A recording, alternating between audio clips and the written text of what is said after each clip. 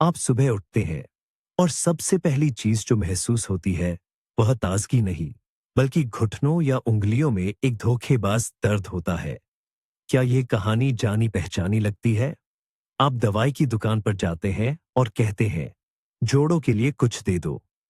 बस यहीं पर 90% लोग वह बड़ी गलती कर बैठते हैं जो उन्हें बिना सहारे के चलने की क्षमता से महरूम कर सकती है। आज हम इसी बड़ी उलझन को सुलझाएंगे। आर्थराइटिस, गठिया, बनाम आर्थरोसिस, जोड़ों की घिसावट। लगता है कि फर्क सिर्फ एक अक्षर का है, लेकिन यही एक अक्षर सब कुछ बदल देता है। दर्द की वजह से लेकर यह जानने तक कि गर्माहट से आपको आराम मिलेगा या उल्टा नुकसान होगा।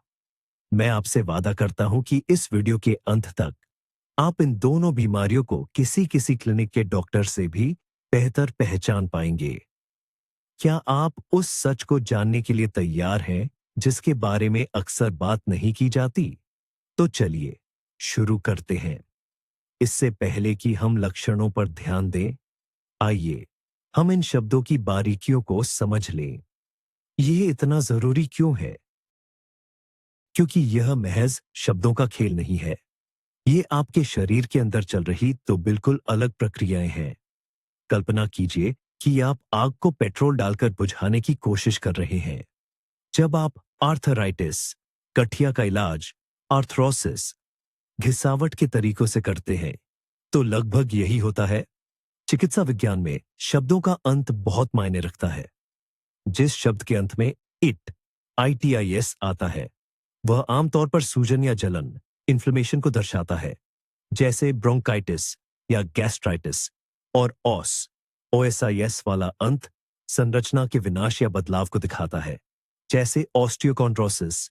इस नियम को अभी याद कर लीजिए, ये हमारे बहुत काम आएगा। आर्थराइटिस, गठिया, आपके इम्यून सिस्टम की अपने ही खिलाफ जंग है, जबकि आर्थरोसिस, घिसावट, आपके बायोमैकेनिकल ढांचे के पुर्जों का समय से पहले घिस जाना है। और इसीलिए इनके इलाज के तरीके बिल्कुल एक दूसरे से विपरीत होने चाहिए।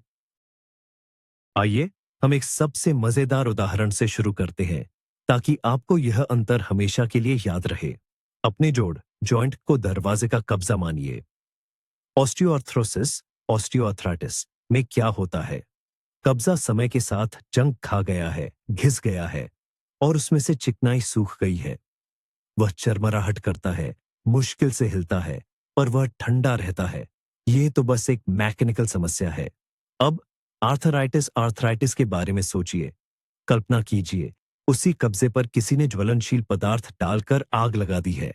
वह गर्म है, वह लाल है, उसमें सूजन आ गई है। ये तो आग लगी हुई है।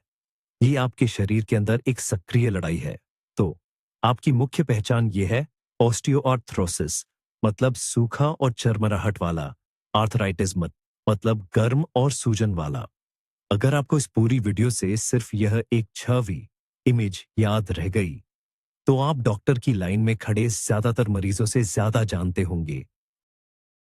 अब बात करते हैं दर्द की, क्योंकि दर्द कई तरह का होता है, और दर्द का जो मिजाज होता है, यानी कि वो किस तरह व्यवहार करता है, वही पहला इशारा होता है जो हमें सही बीमारी बताता है। अगर आपको ऑस्टियोआर्थ्रोसिस, खिंचाव है, तो दर्द आपके चलने फिरने का किराया है। आप खड़े हुए, आपने चलना शुरू किया, जोड़ों पर जोर पड़ा और वो दर्द करने लगे। आप लेट गए, आराम किया, जोड़ों को शांति दी, दर्द कम हो गया। ये एकदम लॉजिकल, तर्कसंगत है, क्योंकि हम एक मशीन की घिसावट की बात कर रहे हैं। जितनी ज्यादा रगड़ होगी, उतना ज्यादा दर्द होगा। शाम होते होते जब आप बाजार से या गार्डन में काम करके आते हैं, तो आपके घुटने बहुत भारी लगते हैं। लेकिन अगर आप आधा घंटा लेट जाए, तो लगता है कि सब ठीक हो गया है, जैसे कुछ हुआ ही नहीं। दर्द का यह तरीका, यह मैकेनिकल पैटर्न, यांत्रिक ताल ही आर्थरोसिस की खास पहचान है। ये बात गांठ बांध लीजिए। जब आप काम करते हैं या जोर डालते हैं, तभी दर्द होता है, और जब आप आराम करते हैं, तो यह दर्द चला जाता है। लेकिन जब बात गठिया, आर्थराइटिस की आती है, तो मामला बिल्कुल ही उल्टा हो जाता है, और ये चीज अक्सर लोगों को बहुत हैरान कर देती है। गठिया का दर्द तो मानो रात का चोर है। यह तब आता है जब आप आराम कर रहे होते हैं। आप बिस्तर पर लेटे हैं, रात के ठीक 3 बजे हैं और जोड़ों में ऐसा तेज मरोड़ उठता है कि दर्द से जान निकल जाए। ऐसा क्यों? क्योंकि आपके आराम करने से वह अंदरूनी सूजन, इन्फ्लेमेशन कहीं जाती नहीं है, बल्कि जब आप हिलते डुलते नहीं हैं, तो उस जगह पर सूजन और जमाव और बढ़ जाता है। इसीलिए गठिया के मरीज अक्सर कहते हैं, मुझे थोड़ा चलना पड़ेगा या चलने से मुझे आराम मिलता है। उन्हें बैठने में आराम में दर्द होता है, लेकिन जब वह चलना शुरू करते हैं, तो दर्द थोड़ा कम होने लगता है। चलने से खून का दौरा, सर्कुलेशन ठीक होता है और वह जमा हुआ ठहराव, स्टैग्नेंट स्वेलिंग थोड़ा कम हो जाता है। याद रखिए, अगर यह दर्द आपको रात में नींद से उठा देता है, तो यह बहुत ही बड़ा संकेत है कि मामला सिर्फ दर्द का नहीं, बल्कि सूजन का है, यानी गठिया का है। अगला बहुत जरूरी विषय है सुबह का जकड़ापन, यानी मॉर्निंग स्टिफनेस। यह वह स्थिति है जब आप सुबह उठते हैं और महसूस करते हैं कि आपके पूरे शरीर में जंग लग गई है। आपको अपनी उंगलियों या घुटनों को मोड़ने में भी काफी समय लग जाता है। लेकिन एक बात हमेशा याद रखें, समय जरूर नोट करें। यह आपकी बीमारी को पहचानने का सबसे बड़ा टूल है। आर्थरोसिस, ऑस्टियोआर्थराइटिस में यह जकड़ापन ज्यादा देर नहीं टिकता। आप उठे, थोड़ा टहले, शरीर को हिलाया डुलाया और बस 15-20, ज्यादा से ज्यादा 30 मिनट में आपका जोड़ गर्म होकर चलने लगता है। मगर आर्थराइटिस में, खासकर रूमेटाइड आर्थराइटिस में, यह जकड़ापन घंटों तक बना रहता है।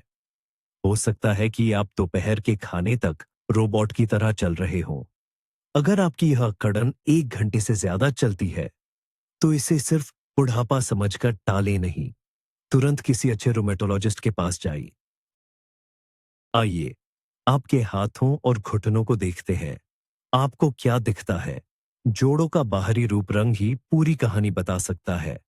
ऑस्टियोआर्थराइटिस में आपका जोड़ सामान्य से थोड़ा बड़ा दिख सकता है, लेकिन यह हड्डियों की वृद्धि के कारण होता है। डॉक्टर इन्हें ऑस्टियोफाइट्स कहते हैं। ये कठोर गांठ जैसी चीजें होती हैं।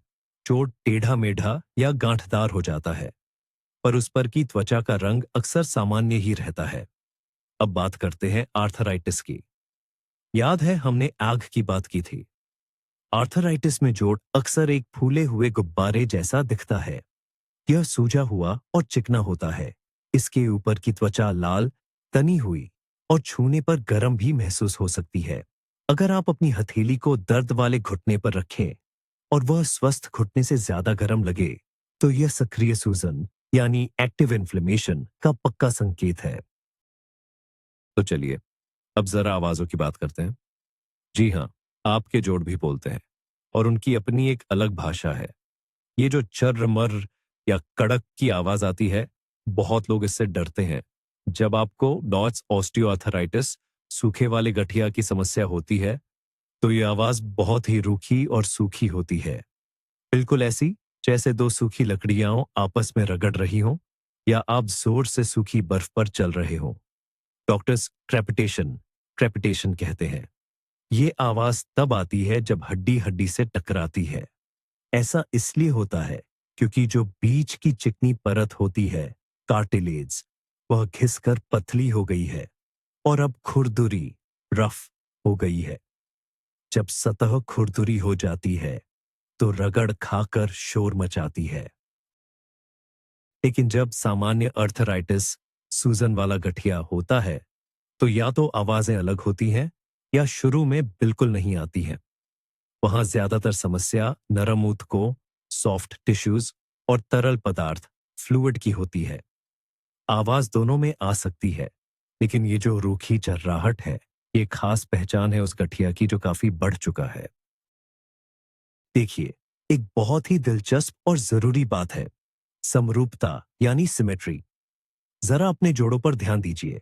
अगर आपका सिर्फ दायां घुटना दर्द कर रहा है और बायां घुटना बिल्कुल ठीक महसूस हो रहा है, तो यह ज्यादातर आर्थरोसिस, सामान्य गठिया हो सकता है। आर्थरोसिस को शिकार चुनना पसंद होता है। यह आमतौर पर वह जोड़ होता है जिस पर आपने अपनी जिंदगी में सबसे ज्यादा दबाव डाला है। हो सकता है कि आप हमेशा दाहिने पैर पर ज्यादा जोर देते रहे हों या दाहिने हाथ में ही भारी सामान उठाते रहे हों। लेकिन आर्थराइटिस के कई प्रकार, खासकर रूमेटॉइड आर्थराइटिस आरए, को समरूपता बहुत पसंद होती है। यदि दाहिने हाथ की उंगली में दर्द शुरू हुआ है, तो तैयार रहिए कि जल्द ही बाएं हाथ की उसी जगह पर भी दर्द होने की संभावना है। ऐसा इसलिए होता है क्योंकि आर्थराइटिस पूरे शरीर की प्रणाली में आई गड़बड़ी का परिणाम है और इसीलिए यह शीशे की तरह, यानी दर्पण रूप में हमला करता है। ये कोई 100% का नियम नहीं है, मगर अक्सर ऐसा ही होता है। उम्र की बात करें तो हमें अक्सर लगता है कि जोड़ों में दर्द और तकलीफ बस बुढ़ापे की या पेंशनरों की निशानी है। और ऑस्टियोआर्थराइटिस के मामले में यह बात काफी हद तक सही भी है। इसे घिसाव की बीमारी कहते हैं। आप जितना लंबा जीवन जीते हैं, उतना ही ज्यादा कार्टिलेज कार्टिलेज घिस जाता है। आमतौर पर ऑस्टियोआर्थराइटिस 45 या 50 साल की उम्र के बाद शुरू होता है और धीरे धीरे बढ़ता है।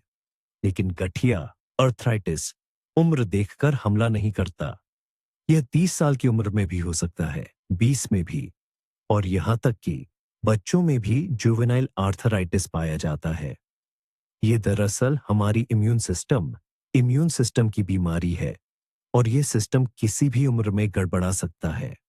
इसलिए अगर किसी जवान व्यक्ति के जोड़ों में बहुत ज्यादा सूजन आ रही है, तो ये जल्दी बुढ़ापा नहीं है, ये इम्यून सिस्टम की तरफ से एक खतरे का संकेत है। यह चेतावनी है कि शरीर अंदर से अपने ही खिलाफ लड़ रहा है। आइए आज जोड़ों के दर्द से हटकर आपके शरीर के भीतर होने वाली कुछ खास बातों पर चर्चा करते हैं। अस्थि संधि गठिया, जिसे हम आर्ट्रोज भी कहते हैं, एक तरह की स्वार्थी बीमारी है। यह सिर्फ आपके जोड़ ज्वाइंट्स में ही रहती है। हो सकता है कि आपके घुटनों में तेज दर्द हो, लेकिन इसके बावजूद आपका सामान्य स्वास्थ्य, भूख और शरीर का तापमान 36.6 डिग्री बिल्कुल ठीक रहे। लेकिन जो गठिया रोग आर्थराइटिस होता है, वह उस आतंकवादी की तरह है जो पूरी इमारत यानी पूरे शरीर को कब्जे में ले लेता है। जब यह गठिया रोग बढ़ता है, तो आपको ऐसा महसूस हो सकता है जैसे आपको फ्लू पगीता यानी मौसमी बीमारी हो गया हो। बहुत ज्यादा कमजोरी, हल्का बुखार, वजन घटना, ठीक से नींद न आना और भूख भी खत्म हो जाती है। इसका मतलब है कि आपका शरीर चिल्लाकर बता रहा है कि बीमारी अब सिर्फ जोड़ों तक सीमित नहीं, बल्कि पूरे शरीर में फैल चुकी है। इसलिए अगर जोड़ों के दर्द के साथ साथ आपको बिना किसी ठंडी या जुकाम के आम थकावट और सुस्ती महसूस हो रही है, तो यह एक बहुत गंभीर संकेत है। यह तुरंत खून की जांच, ब्लड टेस्ट्स करवाकर इसकी असली वजह पता करने का सही समय है। वैसे टेस्ट की बात करें तो यही वो पल भर का सच है जो दो चीजों के बीच का फर्क एकदम सटीकता से साफ कर देता है। अगर आप आर्थरोसिस, ऑस्टियोआर्थराइटिस की शिकायत लेकर लैब जाएंगे, तो आपके खून के नतीजे शायद किसी फौजी जितने फट आ सकते हैं। कोई खास गड़बड़ी नहीं मिलेगी। आर्थरोसिस एक स्थानीय यानी लोकल और यांत्रिक मैकेनिकल प्रक्रिया है। यह शायद ही कभी खून के फॉर्मूले को बदलता है। मगर अगर आर्थराइटिस आर्थराइटिस हो, तो वह टेस्ट रिपोर्ट में नवरात्रि की झांकी की तरह चमकेगा। ईएसआर ईएसआर बहुत बड़ा हुआ होगा। सीआरपी सी रिएक्टिव प्रोटीन अपनी सीमा पार कर जाएगा और ल्यूकोसाइट्स भी ज्यादा मिलेंगे। डॉक्टरों को सीधे सीधे शरीर में सूजन के संकेत दिख जाएंगे। यही मुख्य वजह है कि डॉक्टर आपको सबसे पहले एक्सरे के लिए नहीं, बल्कि ब्लड टेस्ट के लिए भेजता है। यह जानने का ये सबसे तेज तरीका है कि हमारे पास बड़ी आग लगी है या यह महज पुरानी जंग का मामला है। चलिए अब वजन की बात करते हैं। ज्यादा वजन इन दोनों बीमारियों, गठिया और आर्थरोसिस का सबसे बड़ा दुश्मन है, लेकिन इसका असर दोनों पर अलग अलग तरह से होता है। आर्थरोसिस, जो घिसाव वाली बीमारी है, के लिए वजन एक सीधा कारण है इसे ऐसे समझिए, आपने एक छोटी कार में 5 टन सामान भर दिया और ऊब डीएच खाबदाच रास्तों पर निकल पड़े। ऐसे में कार का सस्पेंशन बहुत जल्दी जवाब दे देगा और टूट जाएगा। हमारे घुटनों के साथ भी यही होता है। आपका हर एक अतिरिक्त किलो आपके कार्टिलेज, हड्डी की गद्दी पर जबरदस्त दबाव डालता है। लेकिन गठिया, आर्थराइटिस के मामले में यह संबंध थोड़ा पेचीदा है। चर्बी या फैट सिर्फ ऊर्जा का भंडार नहीं होता, यह एक हार्मोनल रूप से सक्रिय अंग है जो शरीर में सूजन और दर्द को लगातार बढ़ाए रख सकता है। हालांकि आर्थरोसिस के लिए वजन घटाना सिर्फ खूबसूरती बढ़ाने का उपाय नहीं है, बल्कि यह आज की तारीख में सबसे असरदार और शक्तिशाली दवा है। चलिए, अब उस बात पर आते हैं जो सबसे ज्यादा खतरनाक है, गर्म और ठंडा सेक, सिकाई करना। सोचिए, कितनी ही मायाओं और दादियाओं हैं जो दर्द वाले घुटने पर तुरंत गर्म थैली, हॉट वाटर बैग लगा देती है। अगर आपको ऑस्टियोआर्थराइटिस है, यानी ठंडा घिसाव है, तो गर्म सिकाई फायदा दे सकती है। इससे मांसपेशियां ढीली होंगी, खून का दौरा सुधरेगा और जोड़ को आराम मिलेगा। लेकिन अगर आपको आर्थराइटिस है, यानी सक्रिय सूजन, एक्टिव इन्फ्लेमेशन है, तो गर्म सेक लगाना एक बड़ी गलती है। यह तो जुर्म जैसा है। सूजन को गर्म करना मतलब आग में घी डालना है। सूजन और भी बढ़ जाएगी, दर्द बर्दाश्त के बाहर हो जाएगा और यह टूटने की प्रक्रिया और तेज हो जाएगी, तीव्र अक्यूट। आर्थराइटिस में तो सूजन कम करने के लिए ठंडा सेक चाहिए। अब समझे आप कि अपनी सही बीमारी, एग्जैक्ट डायग्नोसिस जानना कितना जरूरी है। गरम थैली की एक छोटी सी गलती भी आपको सीधे अस्पताल पहुंचा सकती है। खाना, क्या हमारे भोजन में इतनी शक्ति है कि वह हमारा इलाज कर सके? जैसे कि अगर आपको जोड़ों के घिसाव वाला दर्द, आर्थरोसिस है, तो वहां आपका परहेज, डाइट, मुख्य रूप से वजन कम करने पर केंद्रित होना चाहिए। कुछ लोग कहते हैं कि जेली या गाढ़ा शोरबा खाने से आपकी घुरघुरी हड्डी, कार्टिलेज दोबारा उग जाती है। देखिए, यह एक भ्रम है। यह सुनने में तो अच्छा लगता है, पर यह सच नहीं है। नई हड्डी ऐसे नहीं बनती। और जो हड्डियां बचाने वाली दवाइयां, कॉन्ड्रोप्रोटेक्टर्स आती हैं, वे भी बहुत धीरे काम करती है और जरूरी नहीं कि हर किसी को उनसे फायदा हो। मगर जब बात सोजन वाले गठिया, आर्थराइटिस की आती है, खासकर अगर वह यूरिक एसिड वाला गठिया, गाउट हो, तो वहां आपका खानपान ही आपकी जिंदगी और मौत का सवाल बन जाता है। वहां पर एक छोटा सा टुकड़ा चिकनाई वाला मांस, एक गिलास शराब या कोई भी स्मोक्ड खाने की चीज, ये सब अगली सुबह इतना भयंकर दर्द का दौरा दे सकती है कि आप बिस्तर से उठ भी नहीं पाएंगे। इस तरह के गठिया में खाने की चीजों की एक सख्त सूची होती है जिनका सेवन बिल्कुल मना होता है। ऐसा इसलिए क्योंकि वो सीधे आपकी रोग प्रतिरोधक क्षमता, इम्यूनिटी और सूजन को बढ़ावा देती है। ऐसे मामलों में आपका खाना या तो एक सच्ची दवा का काम करता है या फिर जानलेवा जहर का। चाल गति ही जीवन है या फिर जोड़ों के लिए खतरा। देखिए, इस बात में भी एक छोटा सा पेच है। जब आपको आर्थरोसिस अर्थात गठिया होता है, तो डॉक्टर कहते हैं, चलिए, पर जोर जबरदस्ती नहीं। आप तैरिए, साइकिल चलाइए या सीधी जमीन पर आराम से टहलिए।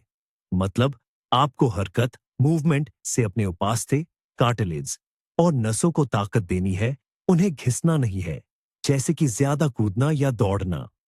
लेकिन जब आर्थराइटिस, गठिया का दर्द बढ़ जाए, यानी कि जोड़ों में सूजन हो, तो उस जोड़ को पूरा आराम चाहिए। सूजे हुए जोड़ को जबरदस्ती हिलाना नहीं चाहिए। यह उसे और ज्यादा चोट पहुंचाएगा। कई बार तो हाथ या पैर को बिल्कुल स्थिर रखने के लिए खास पट्टियां, स्प्लिंट्स भी लगानी पड़ती है। पर जैसे ही सूजन कम हो जाए, आपको फौरन पुनर्वास, रिहैबिलिटेशन शुरू कर देना चाहिए ताकि आपका जॉ डीएच बिल्कुल जम ना जाए। यह फर्क समझना बहुत जरूरी है। आर्थरोसिस में हम जो डीएच को ओवरलोड करने से डरते हैं और आर्थराइटिस में हम डरते हैं कि कहीं सूजन फिर से बढ़ न जाए। दवाइयां, मैं आपको किसी खास गोली का नाम नहीं बताऊंगा, ये काम तो डॉक्टर का है, लेकिन आपको बुनियादी सिद्धांत पता होना चाहिए। ऑर्थ्रोसिस, गठिया में इलाज का मुख्य आधार है कार्टिलेज की सुरक्षा करना और जब शरीर पर ज्यादा दबाव पड़े तो दर्द कम करना। हम सिर्फ टूटने की प्रक्रिया को धीमा करने की कोशिश करते हैं, लेकिन आर्थराइटिस, जोड़ों की सूजन के लिए भारी तोपखाने का इस्तेमाल होता है, यानी ऐसी दवाएं जो आपकी इम्यूनिटी को दबाती है, हार्मोन और साइटोस्टैटिक्स देती है। ये बहुत गंभीर दवाइयां हैं जिनके ढेरों साइड इफेक्ट्स होते हैं। अगर आप आर्थराइटिस का इलाज सिर्फ साधारण दर्द निवारक पेन किलर्स से करेंगे, तो ये वैसा ही होगा जैसे आप सायरन को बंद कर रहे हैं, जबकि आपके घर को आग तबाह कर रही है। बुनियादी थेरेपी के बिना आर्थराइटिस जल्द ही आपको विकलांग बना देगा। इसलिए यहां खुद से दवा लेना, सेल्फ मेडिकेशन, बिल्कुल भी मंजूर नहीं है। जोड़ों में इंजेक्शन लगवाने का चलन आजकल बहुत चल रहा है। ये बहुत चर्चित विषय है। लोग तो जल्दी में कहते हैं, बस मुझे एक इंजेक्शन लगा दो और मैं तुरंत दौड़ने लगूंगा। जब ऑर्थ्रोसिस यानी जोड़ों की घिसावट या कमजोरी होती है तो अक्सर हाइयालुरोनिक एसिड का इंजेक्शन लगाया जाता है। यह एक तरह से इंजन के लिए तेल लुब्रिकेंट जैसा होता है। जब यह तरल प्रोस्थेसिस लिक्विड रिप्लेसमेंट जोड़ों में भर दिया जाता है तो घिसाव कम हो जाता है और आराम मिलता है। यह तरीका काम करता है, लेकिन अगर आर्थराइटिस यानी सुजान या सोजिश हो तो क्या? सुजे हुए जोड़ों में हाइयालुरोनिक एसिड का इंजेक्शन लगवाना अक्सर बेकार होता है और कभी-कभी नुकसान भी कर सकता है। सूजन इन्फ्लेमेशन के एंजाइम्स इस दवा को 2 दिन में ही खत्म कर देते हैं, मतलब आपका पैसा बर्बाद। अगर आर्थराइटिस हो तो जोड़ों में हार्मोन का इंजेक्शन दिया जाता है ताकि सूजन की इस आग को तुरंत बुझाया जा सके। हमेशा याद रखिए, दोनों बीमारियों का मकसद अलग है, इसलिए इंजेक्शन भी अलग होते हैं और दवाएं भी अलग होती हैं। तो अगर आपकी पड़ोसन को आर्थरोसिस है और आपको आर्थराइटिस सूजन है, तो डॉक्टर से यह जिद मत कीजिए कि मुझे भी वही इंजेक्शन चाहिए जो मेरी पड़ोसन को लगा था। मौसम का प्रभाव, हड्डियां दुख रही है यानी बारिश आने वाली है, ये बात तो हर कोई कहता है, मगर इसके पीछे जो कारण और तरीका है वो हर मरीज में अलग अलग होता है। उदाहरण के लिए, अगर आपको ऑर्थ्रोसिस यानी जोड़ों की घिसावट की समस्या है, तो आपका दर्द भरा जोड़ वायुमंडल के दबाव में बदलाव पर प्रतिक्रिया करता है। ऐसा इसलिए होता है क्योंकि जोड़ के अंदर मौजूद तरल पदार्थ का दबाव बदल जाता है। यह सीधे सीधे भौतिकी यानी फिजिक्स का नियम है। लेकिन अगर आपको शॉर्थराइटिस दासो यानी सूजन वाला दर्द है, तो मौसम के प्रति यह प्रतिक्रिया अक्सर आपकी नसों, रक्तवाहिनियों की सामान्य स्थिति और आपके ऑटोमेटिक नर्वस सिस्टम से जुड़ी होती है। यही कारण है कि ऑर्थ्रोसिस से पीड़ित लोग मौसम का सबसे सटीक हाल बताने वाले होते हैं। लेकिन अगर आपको यह महसूस होने लगे कि हवा का रुख बदलते ही आपके जोड़ों में हर बार टीस उठने लगती है, तो यह सिर्फ मौसम का हाल जानने का ही नहीं, बल्कि अपनी नसों को मजबूत करने और शरीर में रक्त के संचार माइक्रो सर्कुलेशन को सुधारने का भी एक संकेत है। आपको इस पर ध्यान देना चाहिए। आनुवंशिकी, जेनेटिक्स और विरासत। क्या दर्द भी विरासत में मिल सकता है? जोड़ों की घिसावट, जिसे आमतौर पर ऑस्टियोआर्थराइटिस कहते हैं, अक्सर शरीर की बनावट की खासियत के रूप में एक पीढ़ी से दूसरी पीढ़ी में जाती है। मान लीजिए, अगर मां के लिगामेंट्स कमजोर थे या जोड़ों की बनावट में कोई कमी थी, तो बेटी के जोड़ भी तेजी से घिस जाते हैं। इसे हम कमजोर नस या कमजोर जगह का हस्तांतरण कह सकते हैं। लेकिन गंभीर गठिया रूमेटॉइड आर्थराइटिस की आनुवंशिक प्रकृति ज्यादा पेचीदा होती है। इसमें असल में हमारी प्रतिरक्षा प्रणाली, इम्यून सिस्टम में गड़बड़ी होने की प्रवृत्ति विरासत में मिलती है। इसलिए अगर आपकी दादी या नानी की उंगलियां रूमेटॉइड आर्थराइटिस के कारण मुड़ गई थी, तो आपको अपनी इम्यूनिटी का ध्यान दोगुने उत्साह और ताकत से रखना चाहिए। परिवार के स्वास्थ्य इतिहास की जानकारी डॉक्टर को बीमारी को बिल्कुल शुरुआती दौर में ही पहचानने में मदद करती है। किस डॉक्टर के पास जाना चाहिए? यह आपकी स्वास्थ्य समझदारी का आखिरी इम्तिहान है। मान लीजिए, अगर आपको लगता है कि यह ऑस्टियोआर्थराइटिस है, जैसे घर के काम या बागवानी के बाद घुटना दुख रहा है, उसमें कड़कड़ाहट है, पर वह लाल नहीं पड़ा है, तो आपको आमतौर पर किसी हड्डी रोग विशेषज्ञ, ऑर्थोपेडिक या ट्रॉमेटोलॉजिस्ट के पास जाना चाहिए। ये लोग हमारे शरीर के इंजीनियर होते हैं। ये सिर्फ बनावट और मैकेनिक्स यानी जोड़ की बाहरी समस्याओं पर काम करते हैं। लेकिन अगर आपके दोनों हाथों के जोड़ सूज गए हैं, आपको बुखार भी है और सुबह सुबह उठते ही भयंकर जकड़न स्टिफनेस महसूस होती है, तो देर मत कीजिए, सीधे रोमेटोलॉजिस्ट के पास भागिए। यह वह डॉक्टर है जो हमारी रोग प्रतिरोधक क्षमता, इम्यूनिटी की गहराई को समझता है। आर्थराइटिस की समस्या लेकर सीधे सर्जन, ऑपरेशन वाले डॉक्टर के पास जाना अक्सर समय बर्बाद करना है। सर्जन सिर्फ नतीजों, परिणामों को ठीक करता है, जबकि रूमेटोलॉजिस्ट बीमारी की असल वजह पर काम करते हैं। तो आखिरी बात, इस पूरी जानकारी को एक सरसरी जायजा या चेकलिस्ट के रूप में समझे। अगर आपका दर्द ज्यादा काम करने से हो, सुबह या आराम के बाद हो, और आराम करते ही वह दर्द ठीक हो जाए, जोड़ों में कड़क कड़क की आवाज हो, और आपकी उम्र 50 साल से ज्यादा है, तो बहुत संभव है कि यह आर्थरोसिस है, यानी घुटनों का घिसना। इसके लिए हड्डी के बीच की गद्दी कार्टिलेज को बचाए, वजन कम करे और हमेशा आरामदायक जूते पहने। और अगर दर्द रात को बहुत ज्यादा हो, हमेशा बना रहे, जोड़ों में सूजन, लाली और दोनों तरफ सिमेट्री हो, और आपको तबीयत पूरी तरह से खराब लग रही हो, तो यह रूमेटॉइड आर्थराइटिस की निशानी हो सकती है। इसके लिए तुरंत किसी अच्छे रूमेटोलॉजिस्ट, जोड़ों के विशेषज्ञ जांच से मिले और रूमेटॉइड फैक्टर्स और ईएसआरआरस के लिए खून की जांच करवाए। खुद से इलाज, सेल्फ मेडिकेशन बिल्कुल न करें।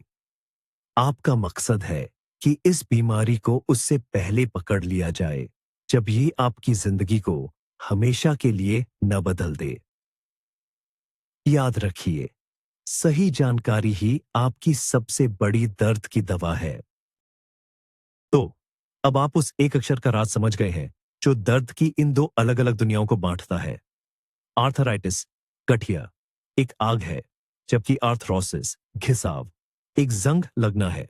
एक को शांत करना पडीडी एचता है और दूसरे को चिकना करना लुब्रिकेट पडीडी एचता है।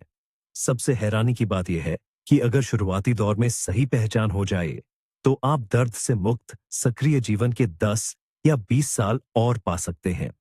सोचिए, आप बिना किसी तकलीफ के पार्क में घूम सकते हैं, अपने पोते पोतियों के साथ खेल सकते हैं और हर कदम के बारे में सोचना नहीं पड़ेगा। ये बिल्कुल मुमकिन है, बस शर्त यह है कि आप सूजन को गर्मी न दें और उस टूटे हुए हिस्से को जबरदस्ती चलाने की कोशिश न करें।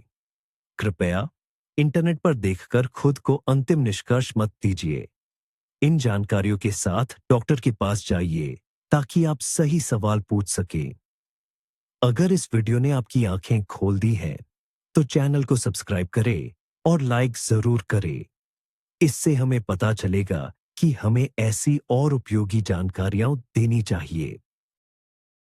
और कमेंट बॉक्स में लिखकर बताएं, क्या आपने अपने जोड़ों का इलाज देसी नुस्खे से करने की कोशिश की थी? क्या काम किया और क्या नहीं? स्वस्थ रहिए और अपने पैरों का ख्याल रखिए।